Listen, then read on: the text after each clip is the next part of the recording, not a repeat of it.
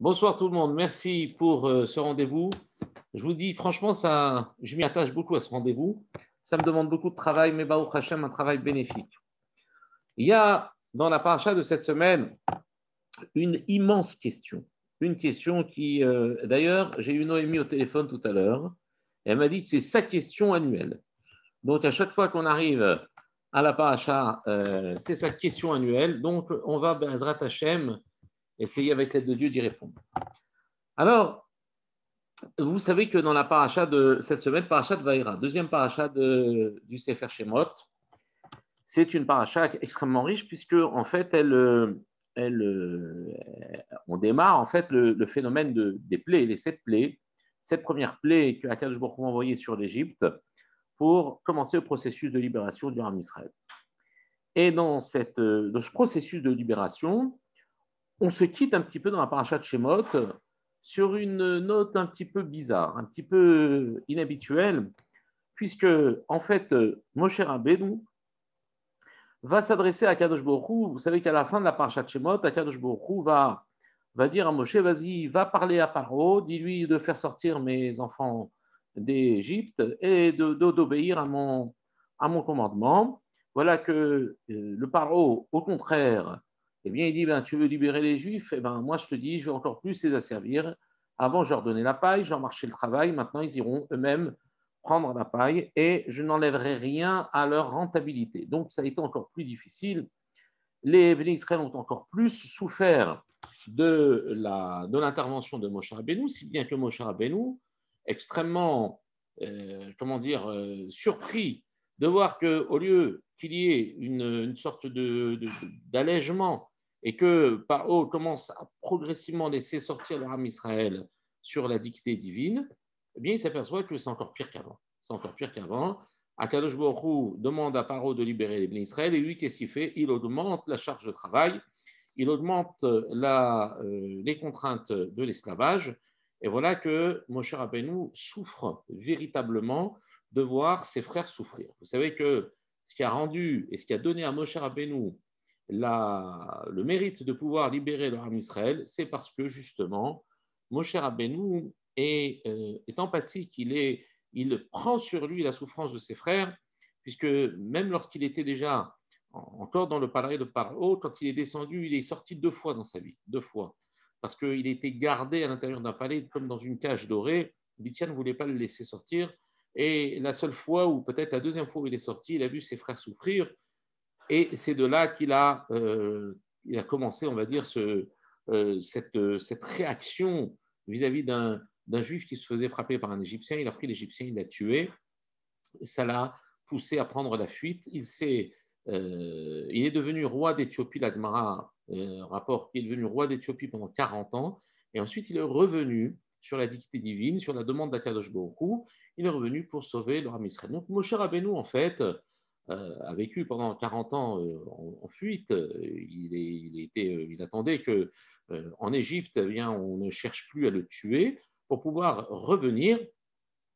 Mais en fait, celui qui connaît l'esclavage, le peuple qui connaît l'esclavage, il est dirigé par qui? Par Aaron, c'est son frère aîné qui, lui, vraiment est au milieu de la souffrance de ses frères, mais ce qui n'empêche pas Moshe Rabbeinu de ressentir la souffrance, même s'il n'est pas avec eux pendant l'esclavage. C'est quelque chose de particulier à Moshe Rabbeinu. Il ressent la douleur et la souffrance de son peuple. Et donc, il ne comprend pas. Il dit, comment se fait-il que toi, Kadosh Baruch Hu, tu m'as envoyé pour libérer leur Ham Israël, pour alléger leur peine, pour les faire sortir d'Égypte. Et voilà que c'est encore pire. Ils souffrent encore plus qu'avant. Alors, il dit une phrase emblématique, une phrase incroyable. Il dit, Lama lerotal hamazé, Lama shelachtani. Pourquoi tu as fait du mal à ce peuple? Et pourquoi m'as-tu envoyé? Vous imaginez, Moshe Rabbeinu, Alav Shalom, qui dit à Kadosh Baruch Hu qu'il l'envoie. Donc, ici, il ne s'agit pas d'un Moshe Rabbeinu qui ne connaît pas Kadosh Baruch Hu. Vous imaginez bien que Kadosh Baruch Hu n'est pas venu se présenter à Moshe, que Moshe n'avait pas un parcours impeccable pour mériter un dévoilement aussi incroyable de la part d'Akadosh Baruch Hu. Donc, Moshe Rabbeinu est un sadique gamour. Et Akadosh Baruch Hu, le texte nous dit que Moshe Rabbeinu, il était appelé Bechol Beti Ne'eman Hu. Akadosh Baruch Hu, il dit dans toute ma maison, lorsque Akadosh Baruch Hu vient témoigner de la grandeur de Moshe Rabbeinu, il dit Bechol Betin et Manou, dans toute ma maison, c'est celui le plus fidèle.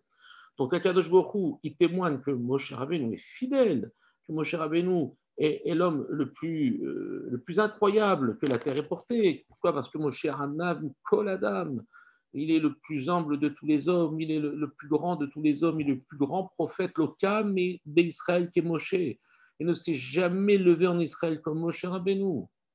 Moshe Rabbeinu reçoit le label divin en disant voilà, j'ai jamais vu un homme comme ça.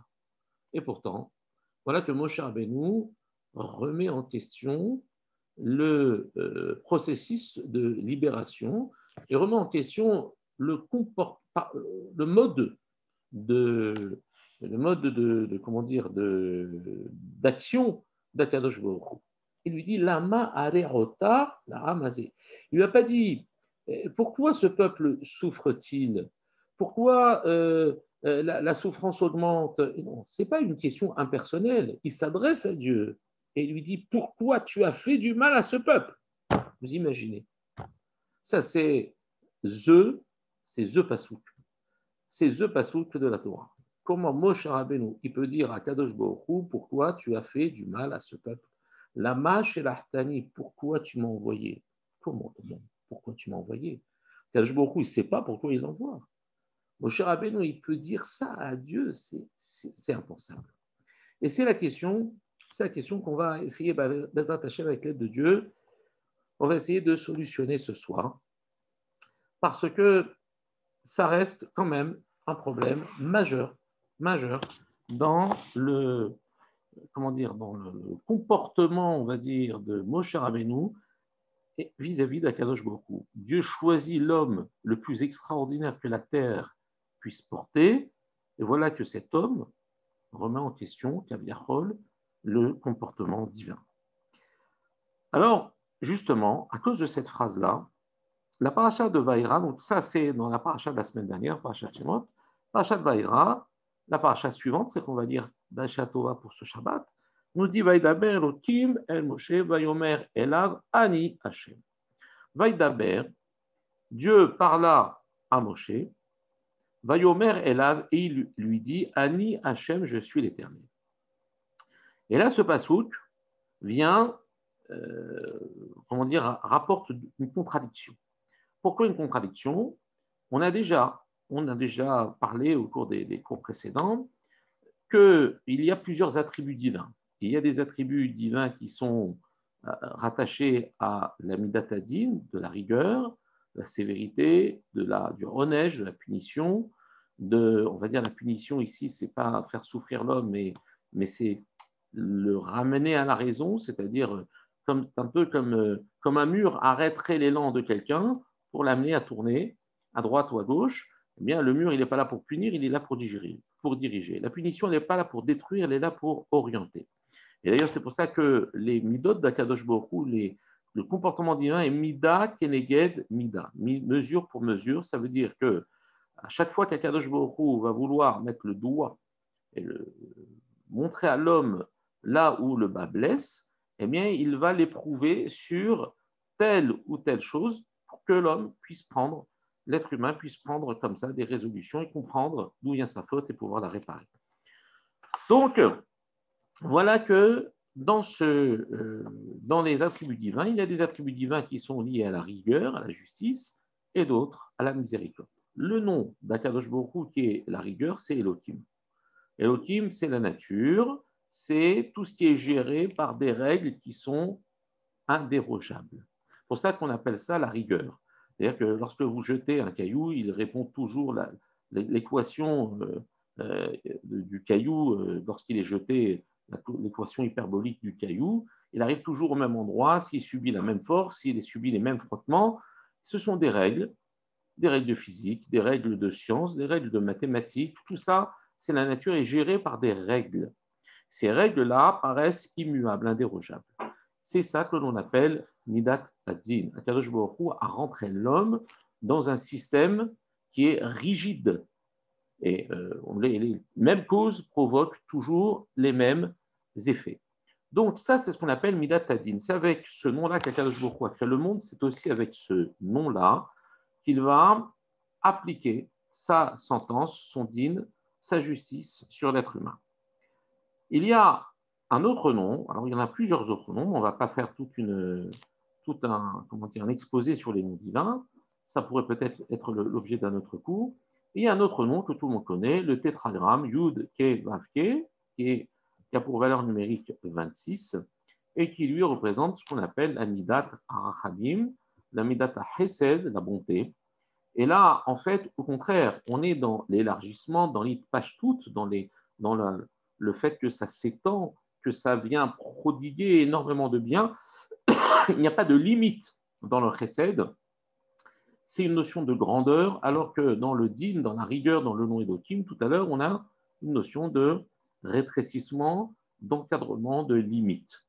Et c'est, on va dire, avec ces deux extrêmes, qu'on va pouvoir en fait mesurer un certain équilibre. C'est avec ça que le monde est géré.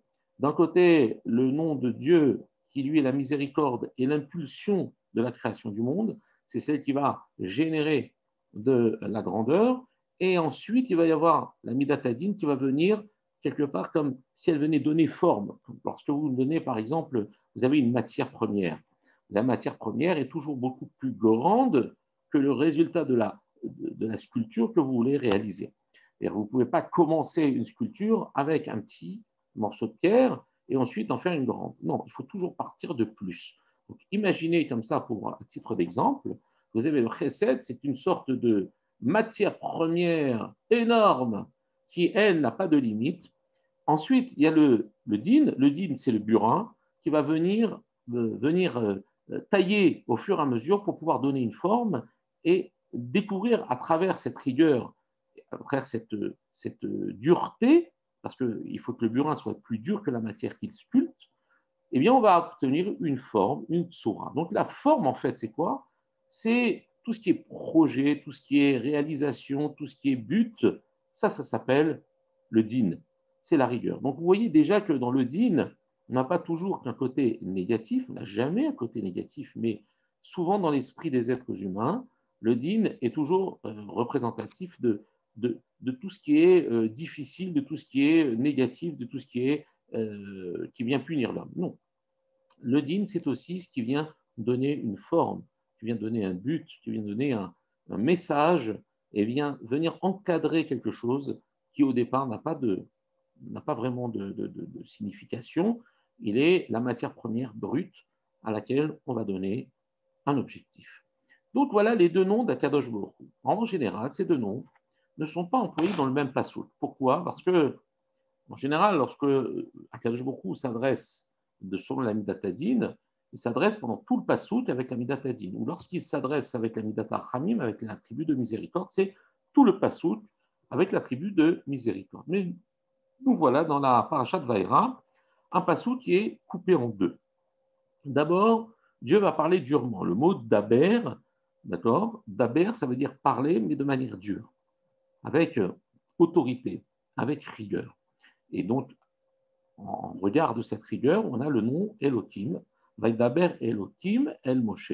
Il va parler, le Dieu de rigueur, avec une parole de rigueur à qui à Moshe. Et ensuite, il va lui dire Vayomer Elav. Et il lui dit Yomer Amar, c'est une parole qui est plus douce, qui Vayomer Ani Hachem, il va lui dire à Moshe, Ani Hachem, je suis l'Éternel, donc il va utiliser l'attribut de miséricorde. Alors les Chachamim posent la question, pourquoi lui parle-t-il durement? Alors Rashi nous raccroche à la paracha de la semaine dernière en disant, parce que mon cher, il a dit quand même quelque chose qui était très très difficile à comprendre. Comment Moshe peut remettre en question les midot, le comportement divin? Comment peut-il critiquer la façon avec laquelle Akadosh Baruch Hu va conduire la sortie de Ham Israël d'Égypte?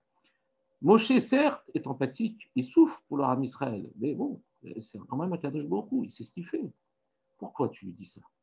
Alors Dieu va lui dire, ouais, tu vas voir, moi je vais te parler durement, je vais te sonner les cloches, parce que tu m'as parlé d'une manière qui n'était pas révérencieuse, Alors, moi, je vais te parler durement. Vaïdaber Elohim en Moshe. Mais seulement, il va terminer. Vayomer Ela Bani Hashem. Alors, comment se fait-il que tout de suite après ce courroux divin se termine avec une sorte de miséricorde, comme si la colère divine avait passé et que tout était revenu à son calme.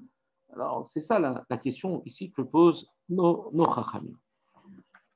Alors, pour essayer de répondre à cette question, on va faire une digression avec le Bnei Issachar. Bnei Issachar, c'était la Hiboula il n'y a pas très longtemps. C'est un livre que j'affectionne particulièrement parce qu'il y a des sodotes, des choses incroyables à l'intérieur du Bnei Issachar. L'auteur, c'est Rav Tzvi Elimelech Shapira. Et dans son Sefer, le Bnei Issachar, il rapporte une notion qui n'est pas nouvelle, mais peut-être va-t-elle être nouvelle pour vous.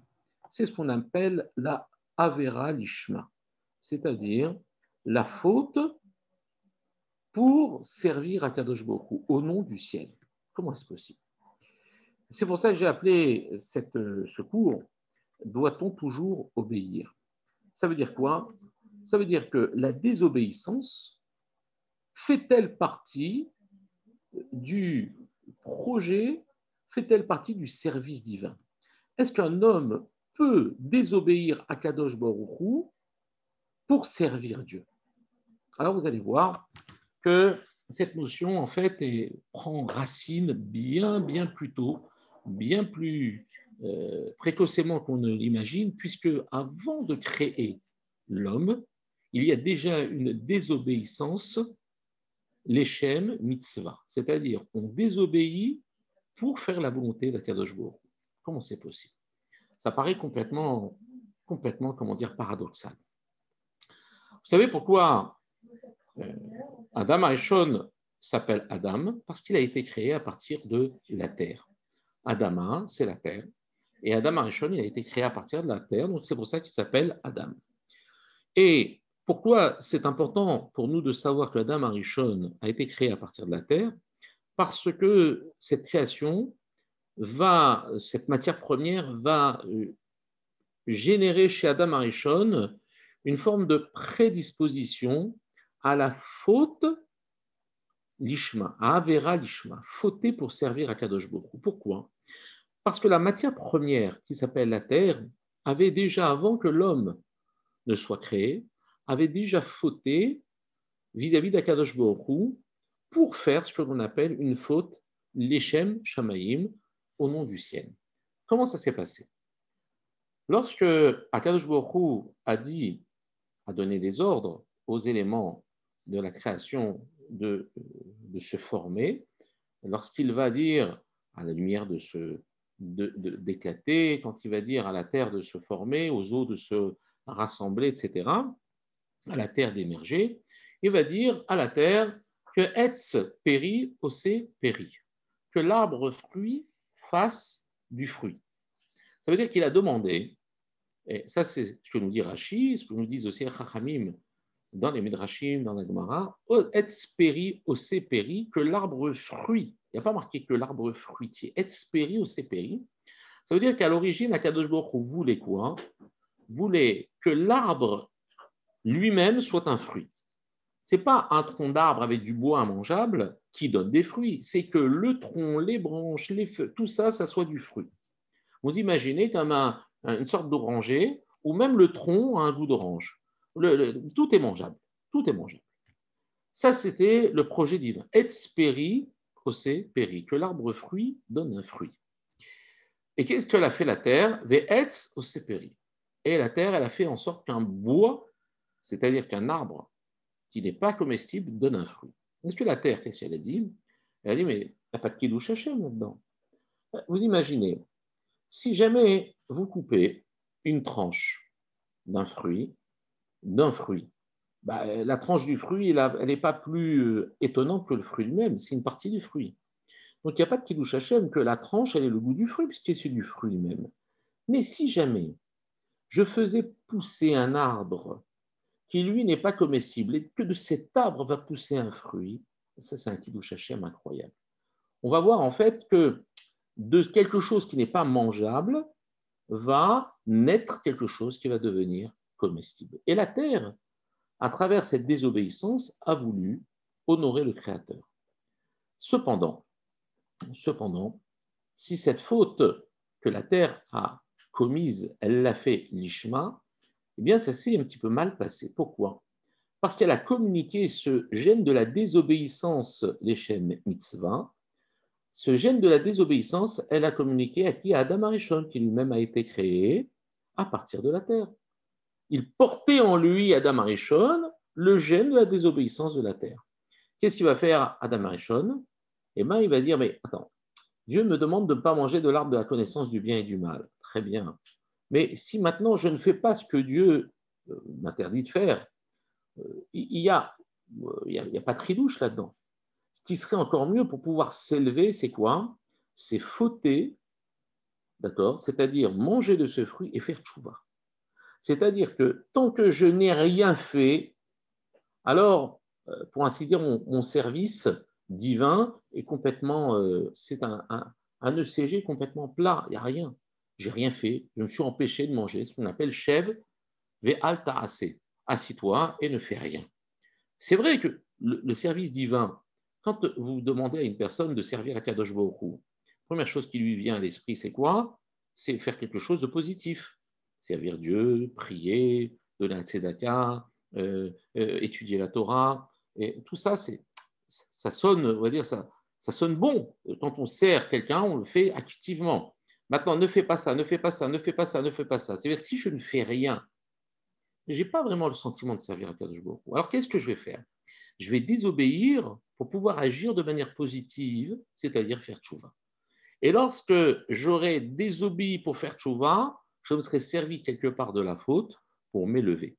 Car on dit, Bemakom, Shebalet Tchouva Umdim, d'accord, En Sadikim, Yemorim, Yechodim, Laramot. Dans un endroit où ceux qui font tchouva se tiennent, même les tzadikim ne peuvent pas s'y tenir. Pourquoi? Parce que le niveau des balais de tchouva est incroyablement élevé.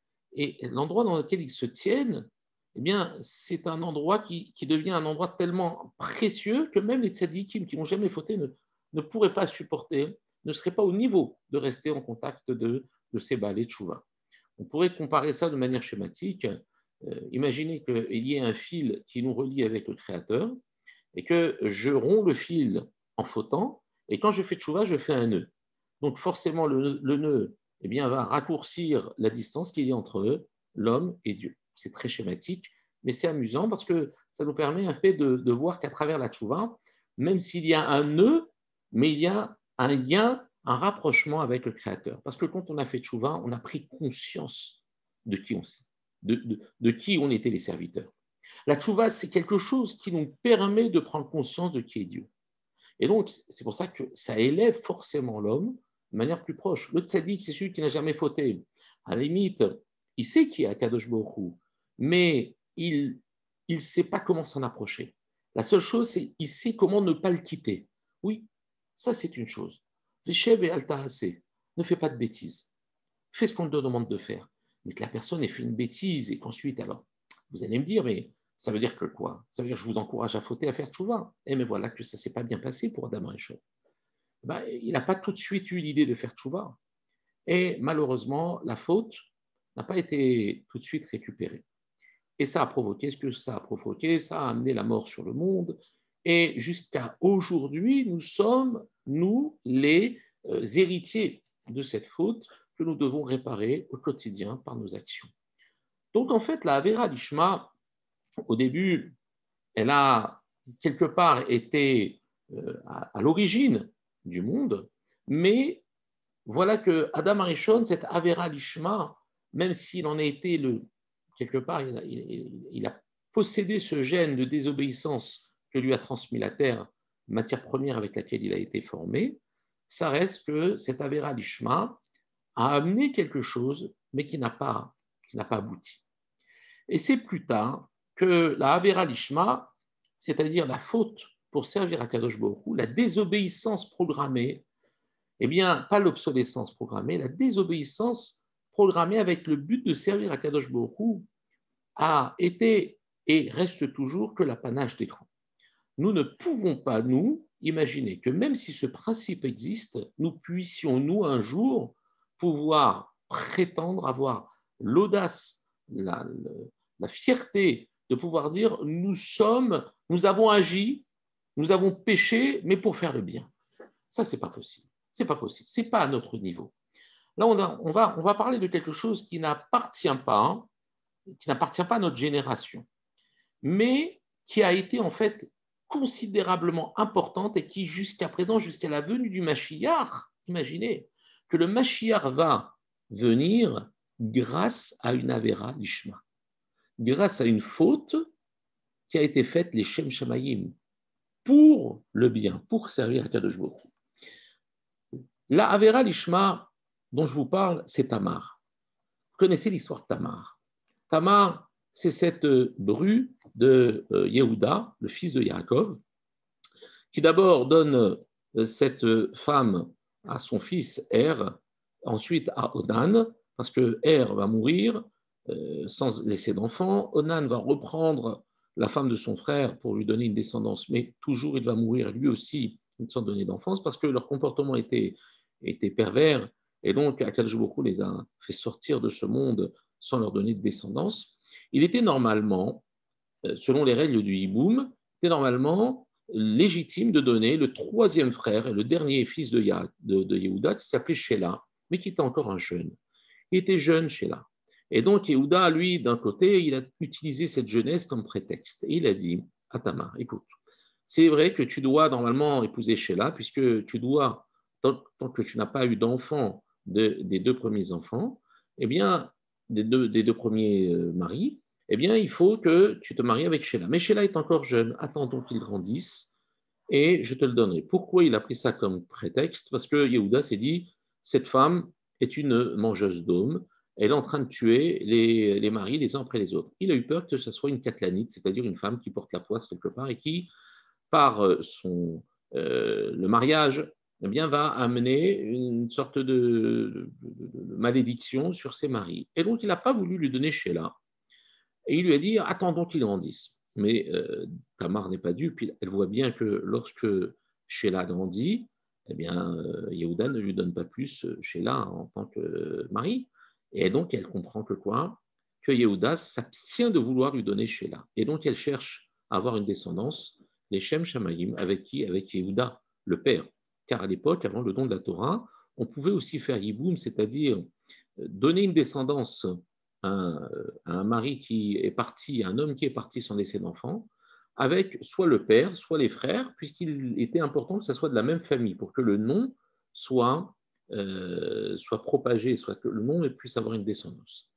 Et donc elle est partie avec Yehuda, mais elle n'est pas arrivée avec Yehuda comme ça, en disant, tiens, bonjour, je me présente, je m'appelle Tamar, on va faire Yiboum ensemble. Non. Elle s'est comportée comme une prostituée. Elle est allée à croiser des chemins. Yehuda, bizarrement, c'est un ange qui l'a poussé à avoir une idée saugrenue de vouloir assouvir ses besoins avec une prostituée. Il venait de perdre sa femme. Et voilà qu'il va avec Tamar et il va avoir des enfants. Il va avoir un enfant, cet enfant, Peretz, qui va en fait être l'ascendant de David Améler, qui va lui-même être qui? Il va être l'ascendant du Mashiach. Et en fait, Tamar fait une avéra des Shem Shamayim. Ça veut dire qu'elle va fauter en allant d'une manière un petit peu inhabituelle, en se présentant comme une prostituée. Elle va, en fait, en vérité, la Gemara nous dit qu'elle n'a pas fauté, puisqu'il y a eu un mariage, il y a eu une relation permise. Mais c'est le derrière, c'est le comportement qui semble complètement incroyable. Voilà que Tamar va aller avec son beau-père, et elle va avoir une descendance qui va donner le Mashiach. Donc le Mashiach, en fait, le libérateur d'Israël, il faut regarder la symétrie entre la première faute d'Adam Arishon, qui va être en fait réparée avec le Mashiach, qui lui va utiliser les mêmes outils, qui s'appellent Avera Lishma. Il va sortir de Tamar, qui elle a fauté les Shem Shamayim. Mais il y a encore de nombreux cas qu'on rapporte dans la Torah, notamment Yaël, dont on loue les mérites, qui était une femme incroyable, d'un courage incroyable, qui a vécu à l'époque de Déborah, la prophétesse. Et on rapporte dans le début du Sefer Shoftim, Sefer Shoftim nous rapporte la période des juges. Dans cette période-là, on avait le Ram Israël qui n'était pas encore gouverné par des rois. Et on était en fait, il y avait des grands, des shoftim, c'est-à-dire des juges, qui dirigeaient le peuple d'Israël. Ils faisaient un peu office de roi. Malheureusement, quand le juge, on va dire, il y avait une période de latence, quand le juge disparaissait, eh bien, les béné Israël tombaient dans la Avodah ou dans un comportement négatif. Akadosh Baruch Hu les réprimandait à travers un roi qui venait et qui les titillait et qui les faisait morfler pendant un certain temps, excusez-moi l'expression, mais c'est ce qui se passe à chaque fois. Ils faisaient tchouva et on leur apportait un juge qui venait faire la guerre, combattre l'ennemi. On a l'impression comme ça que ça va en dents de scie. Tantôt le Ram Israël est géré par un juge tzaddik, tantôt il tombe dans la bassesse et ça revient comme ça, de manière cyclique. On a cette courbe sinusoïdale de l'asservissement du Ram Israël par des méchants ou par des gentils en fonction de son comportement. Donc voilà que à l'époque, il y avait Déborah. Déborah, c'était une prophétesse. Donc, vous voyez que la Torah n'est pas misogyne, puisqu'il y avait des femmes qui gouvernaient le Ham Israël. Donc voilà, ceux qui nous diront ouais, mais c'est pas normal, il n'y a pas de rabbine, il n'y a pas de rabbinite, etc. Vous leur répondrez que Déborah a dirigé notamment le Ham Israël et c'était prophétesse. Et tous les Chachamim venaient lui demander conseil. Et il y avait à l'époque, parce que lorsque on va dire le précédent juge était parti, eh bien, qu'est-ce qui s'est passé? Le Ram Israël s'est dégradé. Kadosh Baruch Hu leur a envoyé un roi qui s'appelait Yavin. C'était un roi guerrier, très méchant, qui avait comme général d'armée Sisra, qui était aussi un très méchant, un tueur. Et donc, ce roi avait 900 chars de guerre et passait son temps à éprouver le Ram Israël pendant 20 ans. Et donc, il fallait se débarrasser une bonne fois pour toutes. Et on est parti voir Déborah, on lui a dit qu'est-ce qu'on doit faire. Elle a dit voilà, vous allez devoir. Elle a convoqué Barak, qui était un général d'armée, et elle lui a dit voilà, prends avec toi 10 000 hommes et allez sur le mont Tabor affronter l'ennemi, c'est-à-dire Sisra, et Dieu te le mettra entre tes mains. Mais attention, ne crois pas que c'est toi qui es le héros de l'affaire, parce que qui va mettre Sisra à mort, c'est Yaël. C'est une femme qui va tuer Sisra, un général d'armée absolument redoutable, que tout le monde redoutait. La guerre s'engage, Sisra se sauve et va se réfugier où? Dans la tente de Yaël. Yaël, qui est en fait une femme mariée, et qui va attirer Sisra dans sa tente. Alors la Gemara, au nom de Rabbi Yochanan, dans la Masechet Nazir, elle dit qu'en fait, il y aura eu relation ce soir-là avec cette femme, Yaël, mais qui va en fait affaiblir Sisra à travers le fait qu'elle va avoir une relation interdite avec cet homme-là, et il va lui demander à boire parce qu'il a soif, et au lieu de lui donner de l'eau, elle va lui donner du lait. Le lait, les Mefarshim disent que c'est kabed, c'est lourd, et donc c'est difficile à digérer.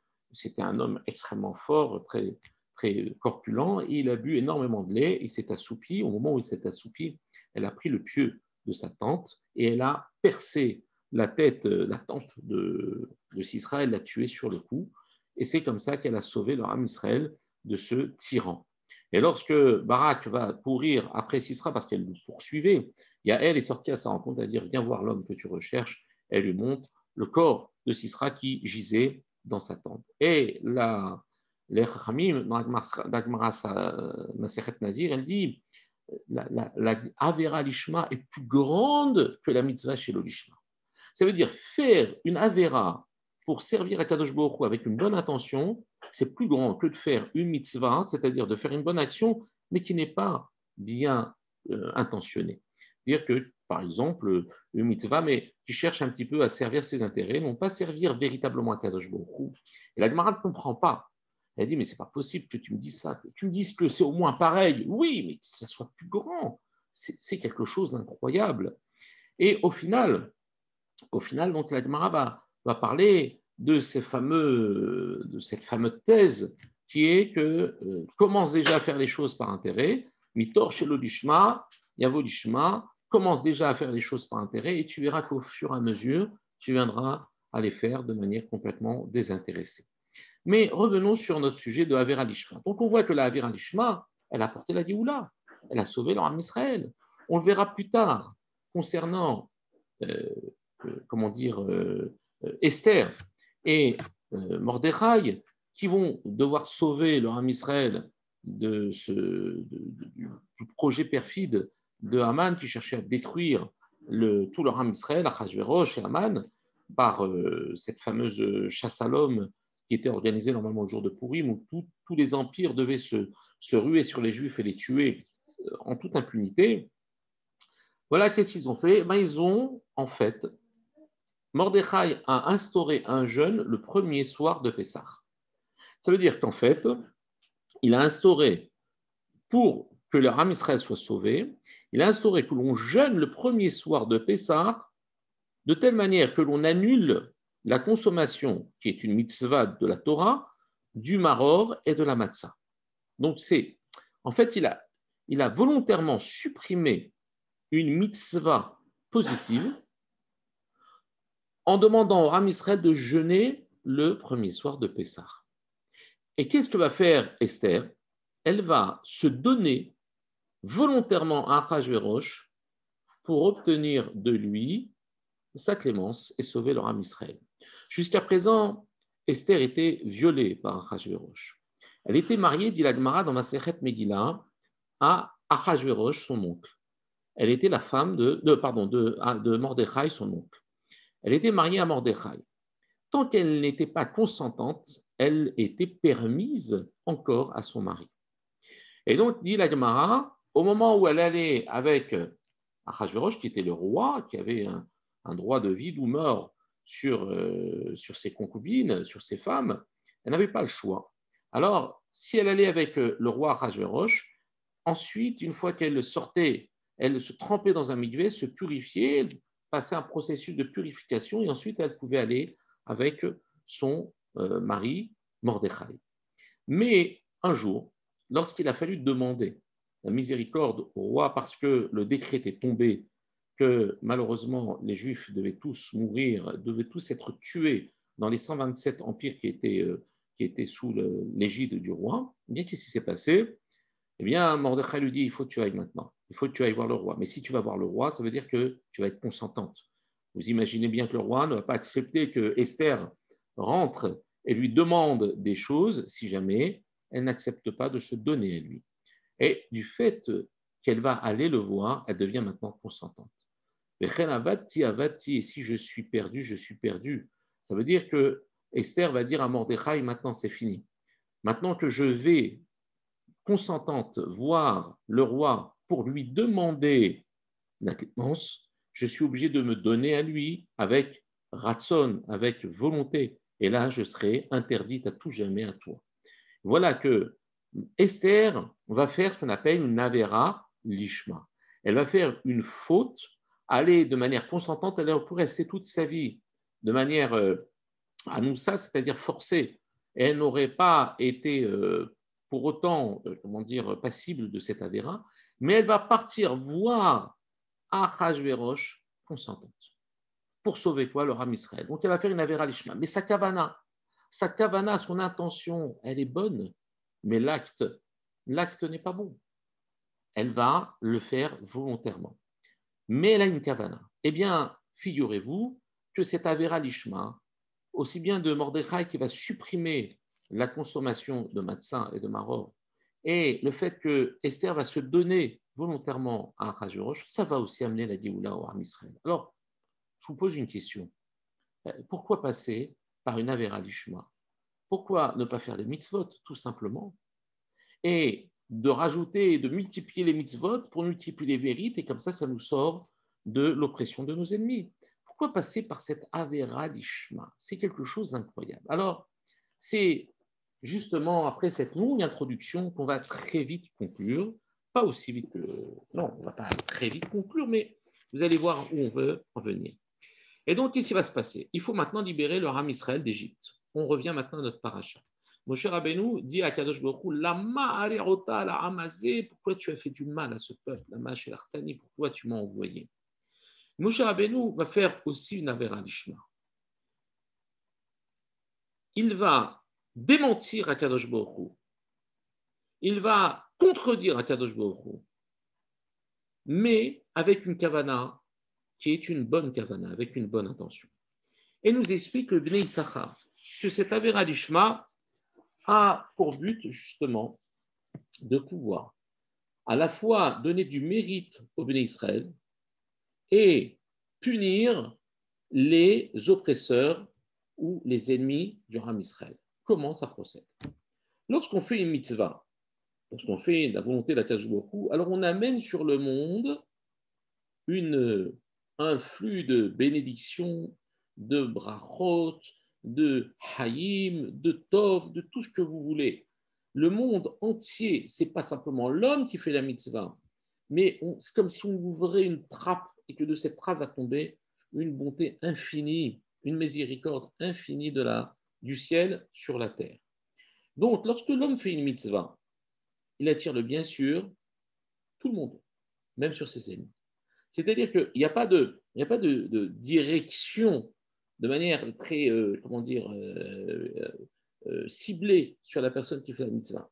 Un homme qui sert à Kadosh Baruch Hu, qui fait des mitzvot, il va apporter du bien autour de lui. Pourquoi lorsqu'une personne est malade? Pourquoi lorsqu'une personne souffre?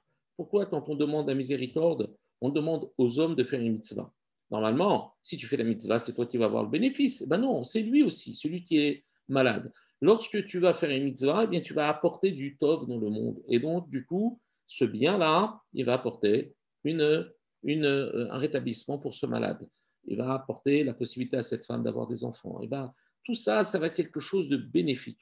Mais sur le monde entier, tout le monde en profite. Mais le problème, c'est que quoi?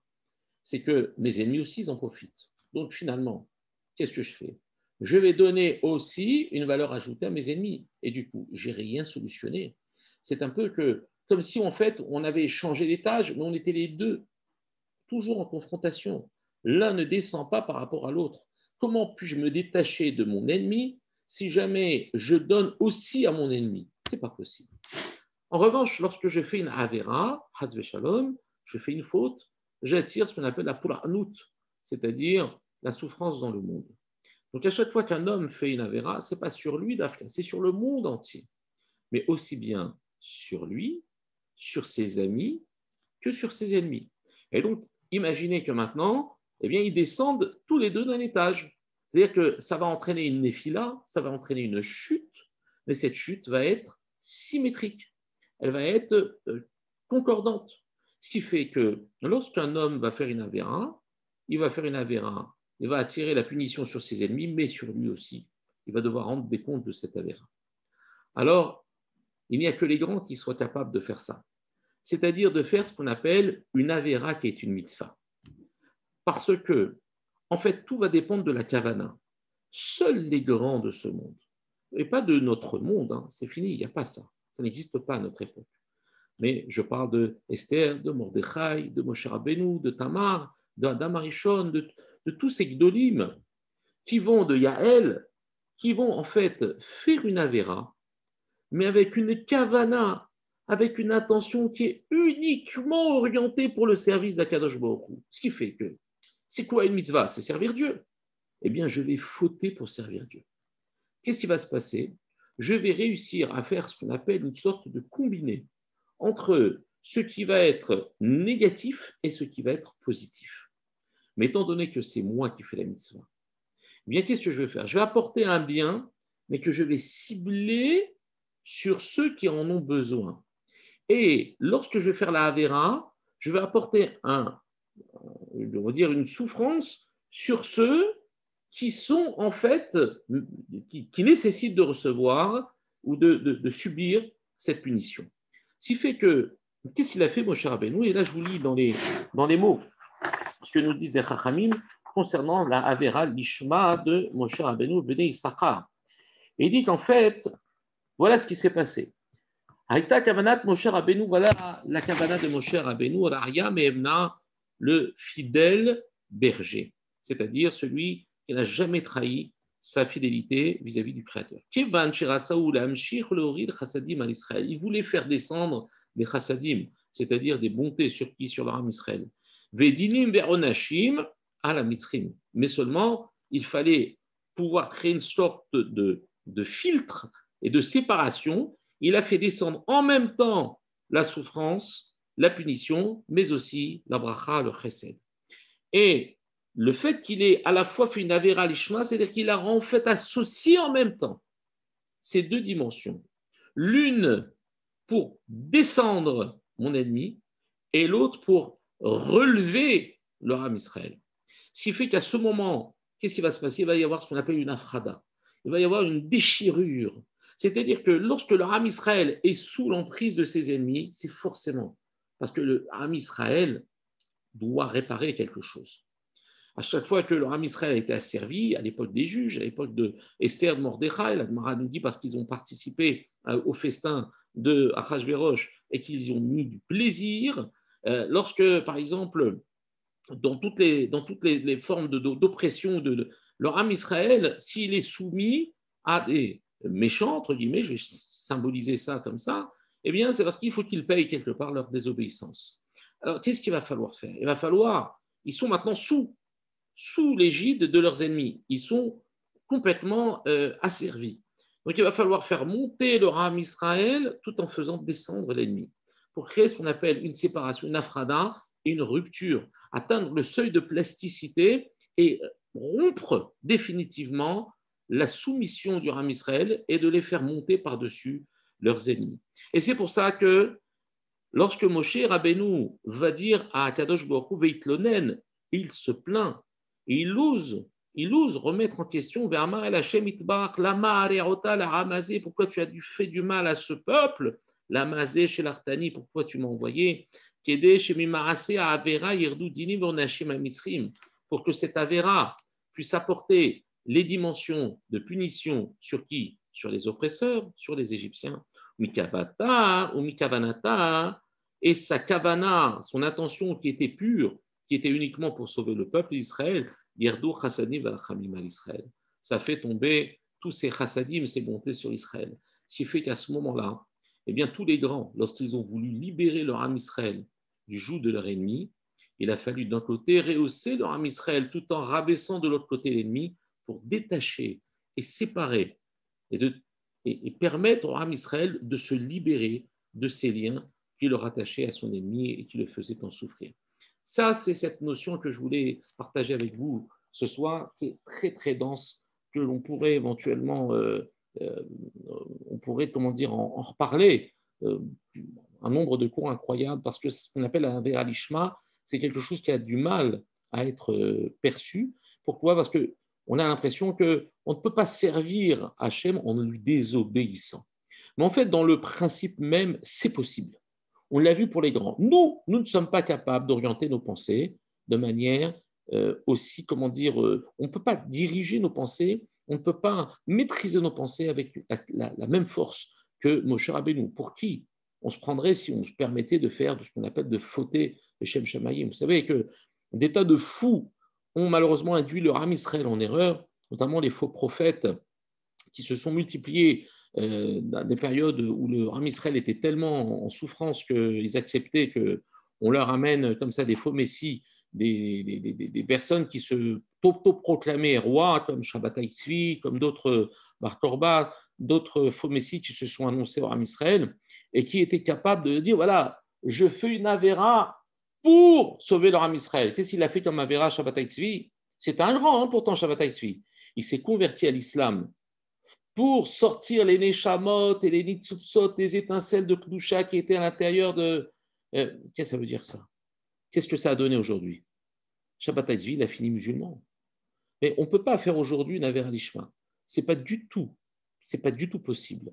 Mais le fait de comprendre que Akadosh Baruch Hu nous donne la possibilité de nous libérer de nos ennemis à travers ce que l'on appelle une Avera Lishma. Être capable à la fois de lester et de descendre notre ennemi et de nous élever par la même occasion. C'est la seule possibilité, et c'est ce qu'ont utilisé nos maîtres pour pouvoir en fait nous sortir de cette situation. Be'ezrat Hashem, il est ratson que nous sortions de cet exil terrible, de cette oppression qui, elle, maintenant, n'est plus celle des peuples, mais carrément de ce virus qui aujourd'hui affecte beaucoup, beaucoup, beaucoup malheureusement de certains d'entre nous qui en souffrent. Eh bien, Be'ezrat Hashem, cette fois-ci, qu'est-ce qu'on fait? Puisque, en fait, il suffit de faire ce qu'on appelle la volonté d'Akadosh Baruch Hu, de nous élever, Be'ezrat Hashem, et que par la même occasion, eh bien, Akadosh Baruch Hu participe à cette yérida, à cette néphila de ce virus, et qu'il nous libère définitivement de cette angoisse, et qu'Akadosh Baruch Hu nous apporte le Mashiach Tzidkenu. Amen, qu'il en sonne. Merci pour votre patience, et je vous redonne la parole pour les questions s'il y en a.